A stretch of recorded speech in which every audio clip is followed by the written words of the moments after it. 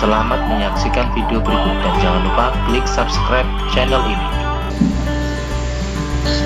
Selamat pagi semua, kita teruskan untuk persilangan monohibrid, melanjutkan dari pertemuan yang kemarin. Nah, pada persilangan monohibrid ini kita akan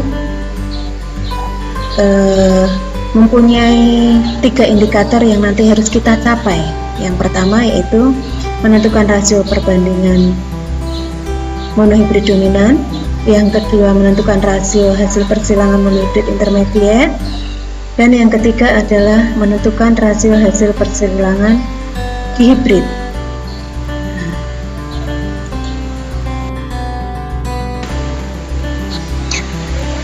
Persilangan yang pertama adalah persilangan monohibrid dominan, yaitu persilangan 2 individu sejenis dengan satu sifat beda.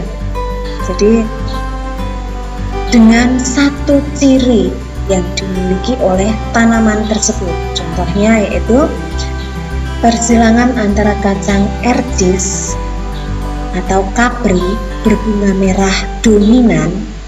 Dominan itu yang kuat, M besar dengan kacang ercis berwarna putih resesif M kecil,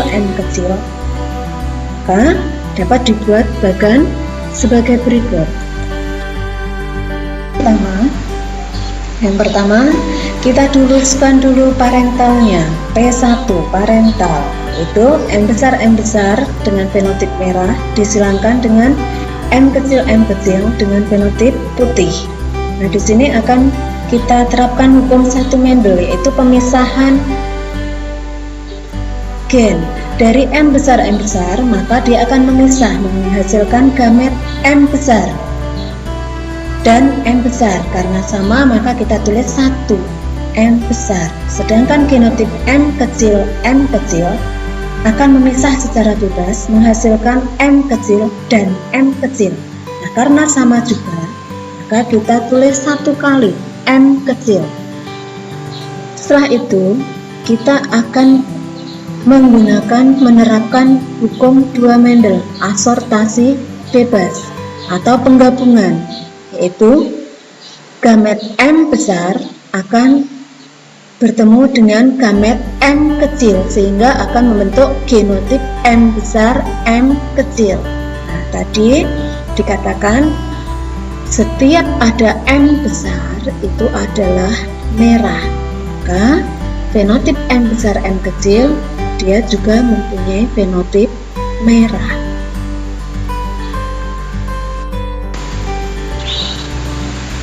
Dari keturunan pertama F1 disilangkan dengan sessamanya, maka akan menghasilkan keturunan kedua. Nah, F1 tadi kita anggap sebagai parental kedua. Jadi P2 adalah M besar M kecil dengan M besar M kecil. Nah, kemudian kita pakai hukum 1 Mendel lagi. Genotip M besar M kecil akan memisah secara bebas sehingga akan menghasilkan gamet M besar dan M kecil. Begitu juga dengan yang parental yang satunya lagi, yaitu M besar M kecil. Dia juga akan memisah secara bebas membentuk M besar dan M kecil. Kita tulis keduanya karena keduanya gametnya adalah berbeda. Nah, dari sini kemudian kita akan menerapkan hukum kedua Mendel, asortasi bebas, sehingga akan mendapatkan F2 atau keturunan kedua. Karena kita mempunyai gamet yang lebih dari 1, maka kita memerlukan bagan. Nah, kita akan membuat bagan persilangan untuk menuju ke F2. Nah, kita siapkan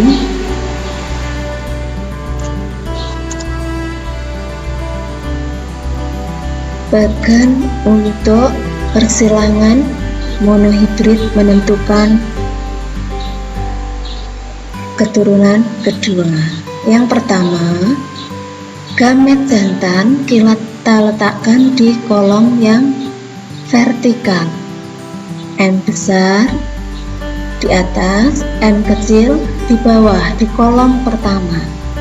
Kemudian gamet betina kita letakkan di baris yang paling atas. M besar dan sampingnya adalah M kecil. Kemudian kita terapkan untuk hukum kedua Mendel, yaitu untuk menyatukan gamet secara bebas juga. Yang pertama, gamet jantan M besar kita tarik ke keturunan pertama, ke samping. Kemudian gamet betina M besar di atas kita tarik ke bawah sehingga didapatkan M besar, M besar. Langkah berikutnya adalah kita coba satu lagi. Gamet jantan M kecil kita tarik ke keturunan ketiga, F3. Kita tuliskan M kecil. Kemudian gamet betina di atas kita tarik ke bawah lagi. Kita tuliskan M besar. Aturan yang kita pakai adalah huruf besar ada di depan. Sehingga akan didapatkan genotip M besar, M kecil. Setiap tadi kita sampaikan setiap ada huruf M besar maka genotipnya adalah merah. Nah, begitu juga selanjutnya untuk keturunan di angka 2 dan angka 4. Caranya sama. Setelah itu kita akan lakukan penghitungan perbandingan genotip F2. Perhatikan pada angka 1, 2, 3, dan 4 dalam kolom. Di situ genotip M besar 1, yaitu di kolom 1, angka 1. Sedangkan genotip M besar M kecil ada 2, yaitu di angka 2 dan angka 3. Sedangkan genotip M kecil itu ada 1 di angka 4. Nah, kita tuliskan, berarti perbandingan genotip pada keturunan F2 itu adalah 1:2:1. Nah, sekarang kita hitung berapa perbandingan genotip F2-nya. Perhatikan di dalam bagan persilangan. Yang berwarna merah itu ada 3. Di angka 1, angka 2, dan angka 3. Kita tulis di bawah 3. Sedangkan yang putih itu hanya 1. Genotip putih hanya 1 di angka 4. Nah, kita tulis di dalam perbandingan sehingga kita dapatkan perbandingan fenotip F2-nya adalah merah banding putih yang besarnya 3:1. Bagaimana? Sudah paham? Nah, kalau sudah paham, kita lanjut ke latihan. Nah, silahkan diperhatikan. Nah, di sini ada lembar kegiatan untuk kalian mencoba apakah kalian sudah bisa memahami penjelasan yang di depan atau belum. Perhatikan di sini. Kita mencoba menyilangkan tanaman kapri atau ercis berbatang tinggi T besar disilangkan dengan tanaman ercis berbatang pendek T kecil, di mana batang tinggi bersifat dominan. Perhatikan di sini. Kenapa dominan? Karena dia genotipnya huruf besar semua. Nah, tugas kalian adalah tentukan A, F1. Yang kedua, F2.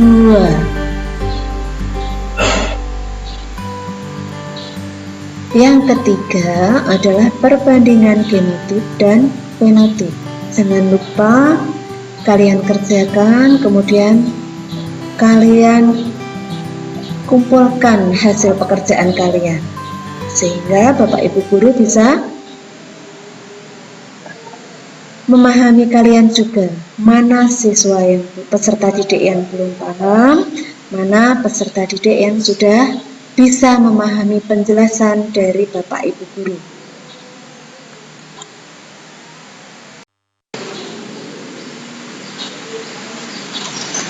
Nah, sekarang kita ke persilangan monohibrid intermediate, yaitu persilangan antara dua individu yang sejenis yang menghasilkan satu sifat beda dengan induknya. Nah, satu sifat beda ini disebut dengan sifat intermediate. Contohnya yaitu bunga pukul 4 atau Anthurium majus berbunga merah M besar disilangkan dengan bunga pukul 4 berbunga putih N kecil. Perhatikan di sini. Merah genotipnya adalah M besar, berarti merah bersifat dominan. Sedangkan berbunga putih genotipnya M kecil. Jadi bunga pukul 4 berbunga putih bersifat resesif. Saya ulangi lagi. Bunga pukul merah bersifat dominan. Sedangkan bunga pukul 4 putih bersifat resesif. Perhatikan langkah. Pada persilangan monohibrid intermediate, langkah pertamanya sama dengan persilangan monohibrid dominan. Perbedaannya hanya pada fenotip F1. Di sini M besar N kecil genotipnya, sedangkan fenotipnya adalah merah muda. Merah muda ini merupakan sifat perpaduan antara induk dominan merah dengan putih resesif, sehingga dihasilkan merah muda. Fenotip merah muda ini disebut dengan fenotip yang mempunyai sifat intermediate. Saya ulangi lagi, sifat intermediate, perpaduan antara induk jantan dengan induk betina, atau perpaduan antara sifat dominan dengan sifat resesif. Nah, dari sini kita akan lanjutkan ke persilangan F1 dengan sesamanya F1.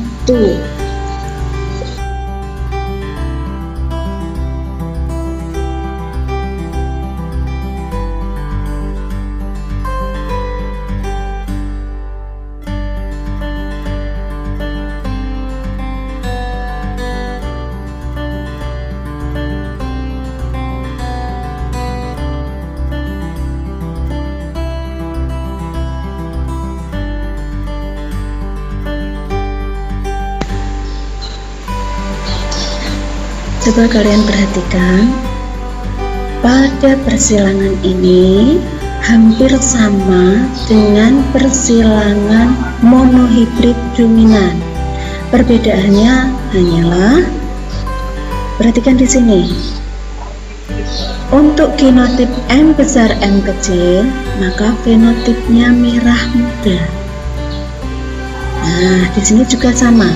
M besar N kecil fenotipnya adalah merah muda, sehingga didapatkan perbandingan fenotip F2 merah banding merah muda banding putih dengan besar perbandingan 1 banding 2 banding 1.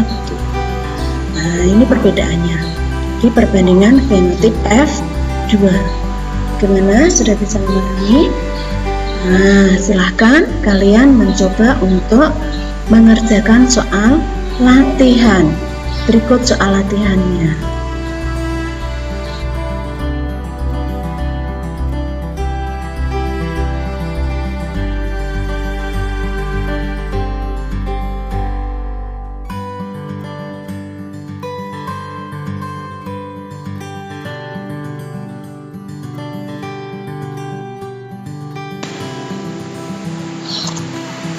Perhatikan, marmot berbulu hitam H besar disilangkan dengan marmot berbulu putih H kecil, di mana persilangan tersebut bersifat intermediate.